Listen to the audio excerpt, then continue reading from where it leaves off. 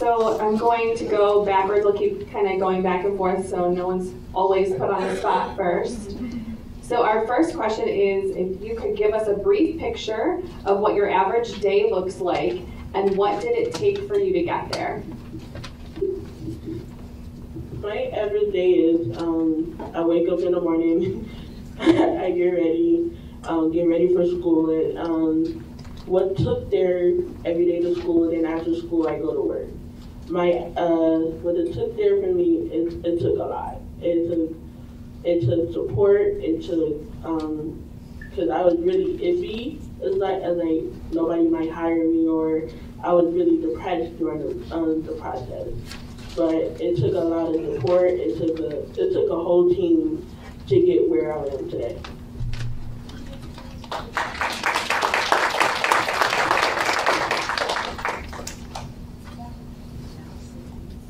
I wake up in the morning and thank you. I go to school. I go to occupational and physical therapy twice a month on Tuesdays at Cleveland Clinic Children's Rehab in Westlake, which has helped me gain skills to go off to college in the fall. I have a medical team at Cleveland Clinic Children's that has helped me stay healthy to go off to college in the fall. I have an intervention specialist at my high school and teachers that gave me the self-advocacy skills that I need to go off to college and be able to advocate for what I need. I have amazing parents that have given me since day one the skills that I need to advocate what I want, what I need, and to be confident in myself, and to know that I am deserving of what every other student has in the classroom, and to know that I am just as worthy as every other person. My parents have treated me just like every other child. They have not treated me like a person with a disability. They have treated me just like my siblings. I have been successful because of my parents, because of my school district, and because of my support team. I couldn't be going off to college without them.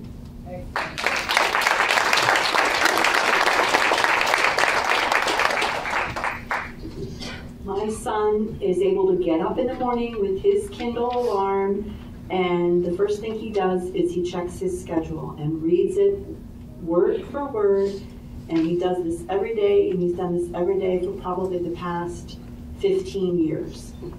Having things written down and knowing what to expect has made his life much more predictable, reduced the anxiety that he would feel about what is coming next.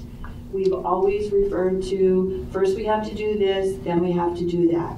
So he has been able to incorporate that into his home schedule, into his school schedule, into his after-school schedule, his weekend time, and that has greatly helped him reach the point where he is now, where he can feel in control and feel like he can know what's to be expected, and to also learn to be flexible when that schedule doesn't go the way that he expected it to go. And we've worked really, really hard on that. So when it says a brief picture, I mean, our time, it's taken a long time. It has not been brief. And I want any parent in the room to know that if you are feeling frustrated at where you are right now, it will happen for you. You will get there. And you just have to keep working on what you know your child's strengths are and capitalize on them, and just hang there.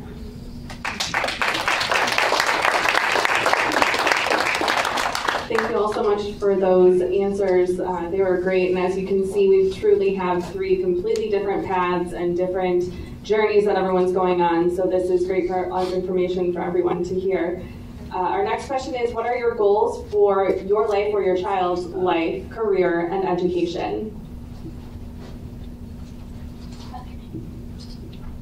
My goals for my life are to live independently as much as I can, and to be a child life specialist at Cleveland Clinic Children's, and to be happy and to have a full-time job and to live in a good household and to have a career and a salary. I hope to live in the Cleveland area. I really like living here, and the resources that Ohio provides for people with disabilities is awesome. I hope to go to, I'm going to University of Akron for undergraduate, and then I hope to go to, I have to go to graduate school for my degree.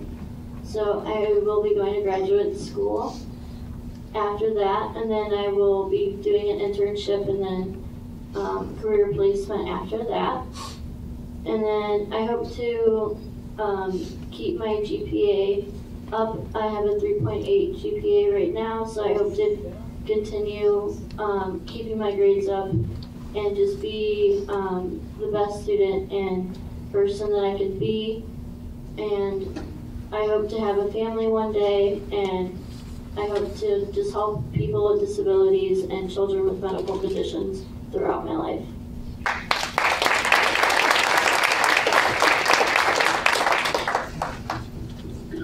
If you ask my son what his goal in life is, he would say to work hard.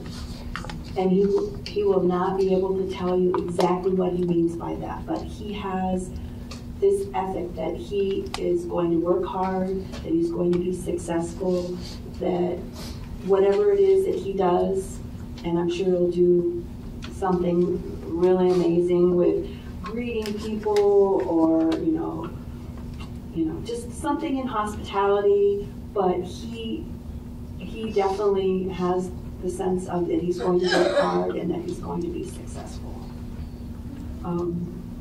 His experiences at Monarch in the transition education program have helped him immensely with exposure to lots of different kinds of careers.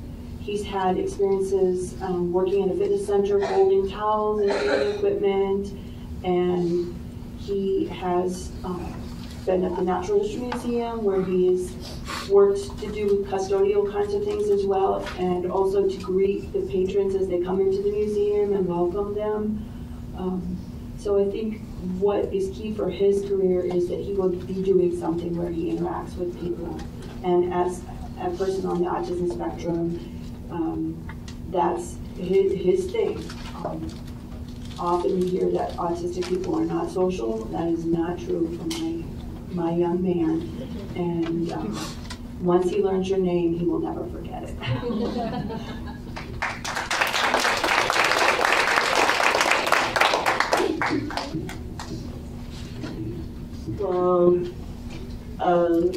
So I graduate next year. So I will have an associate degree in art and science. And with that, I hope I can get a job being a teacher assistant, and then probably move on my bachelor. I don't know yet, but I just hope that would help me finally know I finished cross the finish line, because I had a long road and I wasn't feeling like I could never pass the road. But with support groups and everything, and I hope I can just pass this finish line and just, finally be, happy that I finally made it to the finish line, that among all my disability peers that it's not hard, as long as you have a good support system and you can finish, passing the finish line.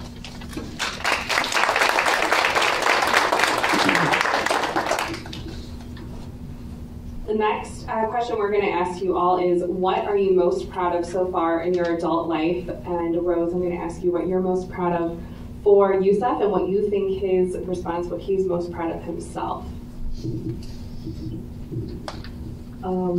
The thing that I'm most proud of about Yusuf is that he is kind. There's not a mean bone in his body. He's decent and kind and friendly to everyone. He makes no value judgment based on any material thing. He cannot tell a lie. He's just a really good person. and that makes me so proud. And I can remember before he was born that I would say, you know, I don't want you to grow up rich or famous. I just want you to be kind and funny and a caring person. And that is exactly who my son is.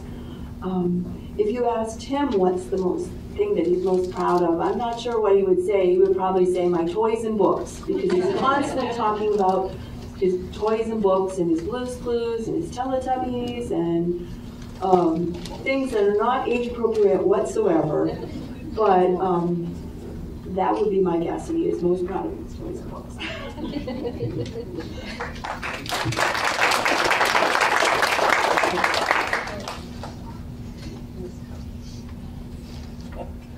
I would say what I am most proud of is the skills that I have gained to go off to college, the self-advocacy skills that I have learned from being in a school system that supports me and from my parents is really important. I now know going off to college to ask if I need help and to be as independent as I can be, but if I do need something, to ask for help. And I think that is what's really important, especially just for everyone, not for every young adult, even if you have a disability or not, as you're going off to college. But I found it especially important as I'm going off to college, as I need more help with daily activities, and it takes a little bit more courage to ask for help when you don't want to necessarily need help, because I can be stubborn sometimes, but I just have to have the courage to ask for help. So I learned to ask for help and to be independent as I can. So I am proud of how far I've come in my self-advocacy skills, and I hope that continues.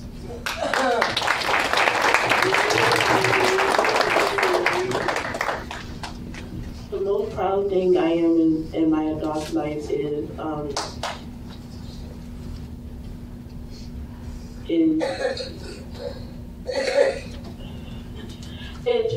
able to, you know, is be who I really want to be in my adult life, you know, having my mom there to like push me farther, you know, because I was afraid as an adult that you have to do everything on your own.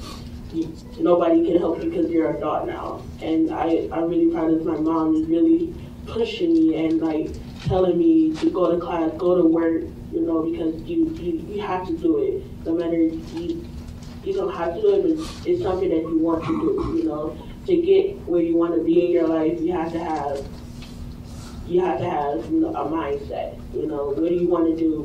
How do you want to do it? And that's the most thing I'm proud of is my mom.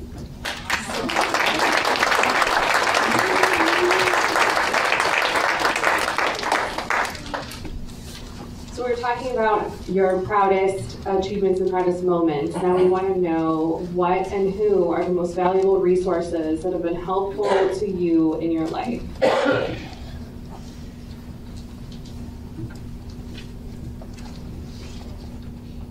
My parents have been the biggest resources for me in my life so far. My parents have advocated on my behalf. My parents have made sure that I had everything that I needed and made sure that I had resources.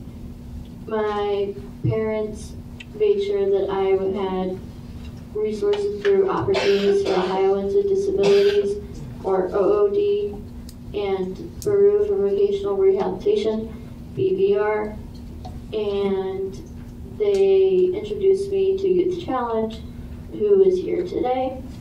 I am a longtime participant of Youth Challenge for 7 years now. I absolutely adore them. So my parents have made sure that I get the best education I needed, the best health care, and the best resources for my needs, and I am truly grateful for that.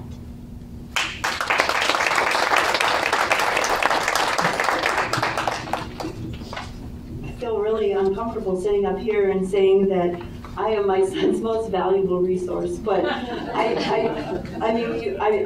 have been, and so has his father, and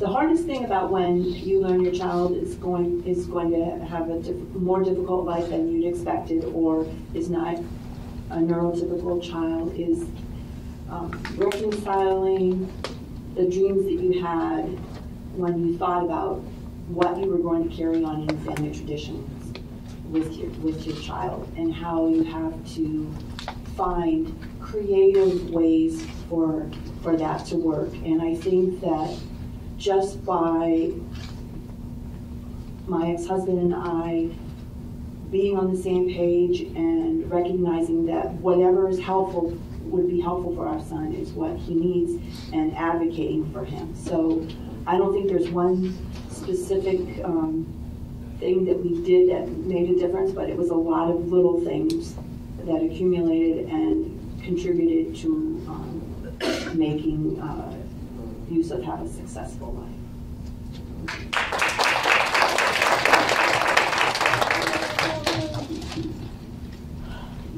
The most valuable resources for me was high school. Having a office that helped people with disabilities to find jobs. And it was a really good resource, because when I was in high school, I didn't think about nothing. I was just saying, like, I would just be stuck at home because nobody's gonna hire me, nobody's gonna do that, and I would just be at home all day being not myself. So high school was one of the biggest resources for me, because my mom found out about the information and she was like, just go in there, just go in the office. And I went in the office and they helped me. They helped me with finding an agency, that BBR, that helped me push me where I'm at today.